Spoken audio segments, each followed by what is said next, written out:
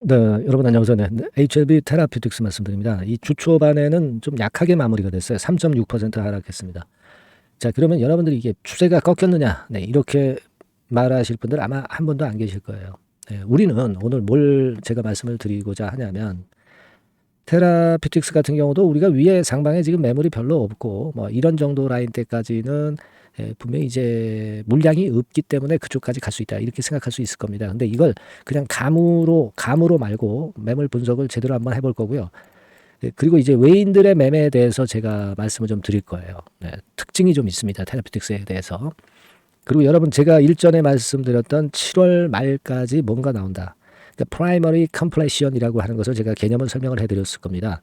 그래서 이걸 한번 보자고요. 이게 아주 중요하죠. 그러니까 테라퓨틱스가 주가가 계속 단독으로 HLB 본주와 상관없이 단독으로 갈 수 있는 거리가 된단 말이에요. 그죠? 그거 말씀드릴 거고 예전에 테라퓨틱스의 패턴과 비교해서 어떻다. 제가 요 말씀을 좀 드렸을 겁니다. 요전 영상에서. 요거 한 번 더 말씀을 드릴게요. 네. 요런 건들에 대한 보다 자세한 말씀을 좀 드릴 거니까 도움이 좀 많이 되셨으면 좋겠다라고 생각이 듭니다. 네. 그리고 영상 후반부에는 대박주 한 종목 올리니까 8월을 대비해서 7월에 해볼 만한 거죠. 네. 요거 제가 말씀드릴 테니까 말씀 잘 듣고 대박 내세요.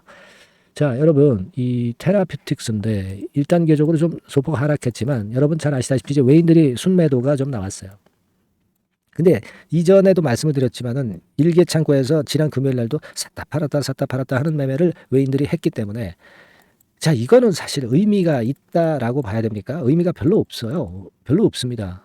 그런데도 주가는 올라왔잖아요. 주가는 분명히 올라왔단 말이에요. 주가에 영향을 미치지 못하고 있어요. 지금 제가 여러분들께 꼭 말씀을 좀 드리고 싶은 부분은 이 기간별로 볼 때요. 네, 6개월 동향을 한번 좀 보시면 과연 어디가 선도했나를 좀 알 수 있습니다. 아래가 이제 주가잖아요. 주가가 오르고 내리고 뭐 이런 식으로 됐습니다. 근데 사실 파란 선의 개인이 좀 주도를 한 모습이 최소한 여기까지는 진행이 됐어요. 그리고 나서도 이렇게 됐으니까 사실 개인 동향이 맞았다 이거예요. 개인 매매가 결국 그 주가를 만들었어요. 그죠? 근데 외인 같은 경우는 초반엔 좀 맞는 듯 싶다가 여기서 쭉 매수를 했지만 물렸어요. 얘네들이. 물렸습니다. 얘네들 매매 잘 못한 거예요. 거꾸로 한 겁니다. 그리고 개인들이 사니까 주가도 올라오고 있다. 자, 그러면 우리가 HLB의 외인 동향에 대해서 일희일비할 것은 아니다 하는 생각을 하고 싶어요. 지금 현재 모습이라면.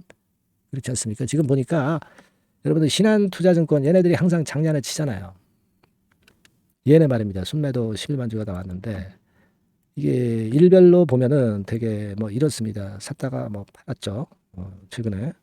근데 얘네들 동향을 우리가 물론 관심을 갖고 보는데 이게 도대체 주가하고 방향성이 맞진 않는다 이겁니다. 그래서 굳이 우리가 외국계 동향을 절대적인 어떤 주가 영향을 주는 변수로 보기는 좀 힘들어요. 아까 봤듯이 차라리 개인이 주도를 했네요. 그죠? 그걸 좀 말씀을 좀 드리고 싶고, 그리고 또 하나는 프로그램 매매로 이제 장난을 치는 거죠. 예, 여기 보시다시피 이제 프로그램 매수했다, 매도했다, 막 이런 식으로 들어오니까 프로그램은 개념이 없는 애들이에요. 이거 방향성을 우리가 프로그램 매매를 예측할 수가 없는 겁니다. 그냥 그 정도로만 생각하시면 되지 않겠나 그렇게 보여지고 지금 여러분 파나진에서 시세가 급등을 시키죠. 예전에 테라 가지고 조금 재료 나왔다가 파나진을 가지고 또 올려요. 그러니까 이게 좀 재료를 말이죠. HLB 그룹 내에서 이쪽 재료 저쪽 재료에서 순차적으로 좀 올리는 경향이 있어요. 그런 생각이 안 들 수 없죠 지금. 그러니까 이 테라피틱스 재료가 또 돌아가면서 또 나올 거다라는 생각을 할 수 있고요. 그리고 우리가 이제 매물과 관련해서는 여기에 매물이 있지만 거기까지는 순탄하잖아요. 여기 매물은 돌파를 했지 않습니까? 그죠? 그걸 알 수 있는데 우리가 좀 상세하게 한번 볼까요? 네, 매물대 분석으로 한번 생각을 해볼까요?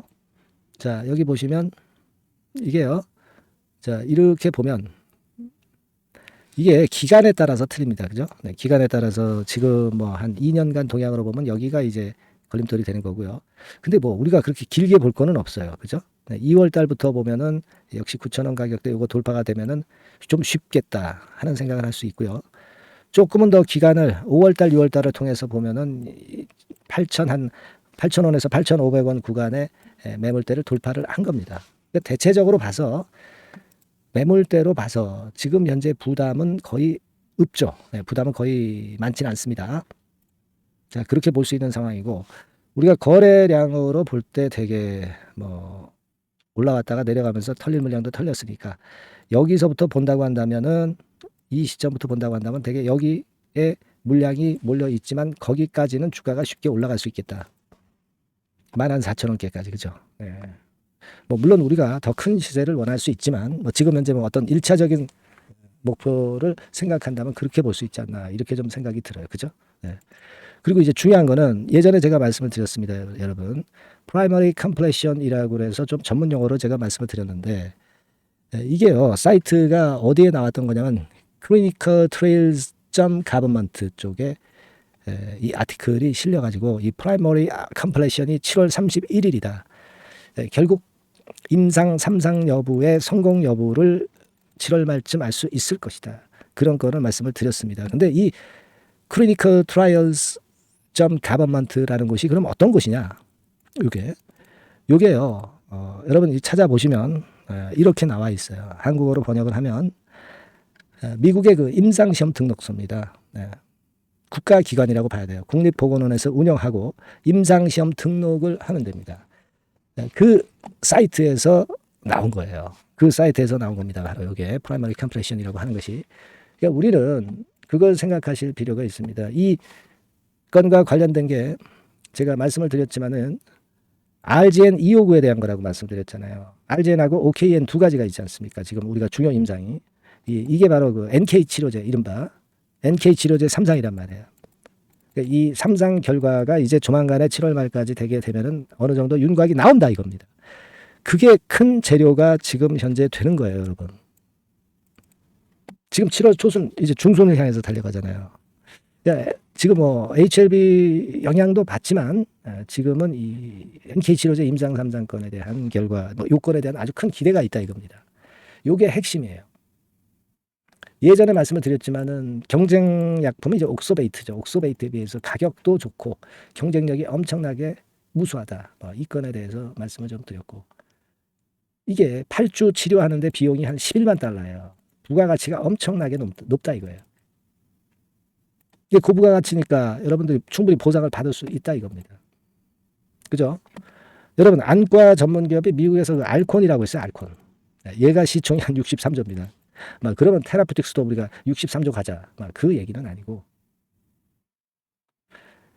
그 정도기 때문에 지금 현재 테라피틱스의 시총, 이건 엄청 싸게 보인다 이런 얘기죠. 지금 얼마예요? 7,100억.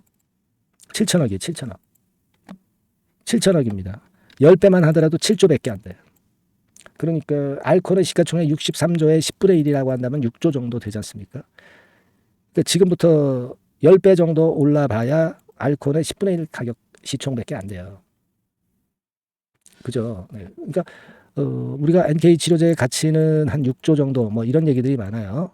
그렇게 보면은 NK만 가지고도 시총은 6조, 7조 가야 돼. 근데 지금 현재 시총은 10분의 1밖에 안 된단 말이에요. 그러니까 우리가 이 부분을 굉장히 긍정적으로 볼 수 있습니다. 그러니까 주가는 하나의 그 분위기, 바람 아닙니까? 그 바람으로 시세가 터져 나갈 수 있다는 거. 시세 여기 그 17,000원. 이거 뭐 돌파하는 건 시간 문제일 수 있다는 거. 지금 시총이 10배면 지금 9,000원에서 9만원, 돈 10만원 간다는 얘기 아니에요. 그죠? 물론 못 갈 수도 있어요. 근데 우리는 그런 꿈을 갖자 이거죠. NK하고 OKN 가지고 가자. RNG 259하고 OKN 가지고 가자. 이겁니다. 자, 지금은 그런 꿈을 꿔야죠.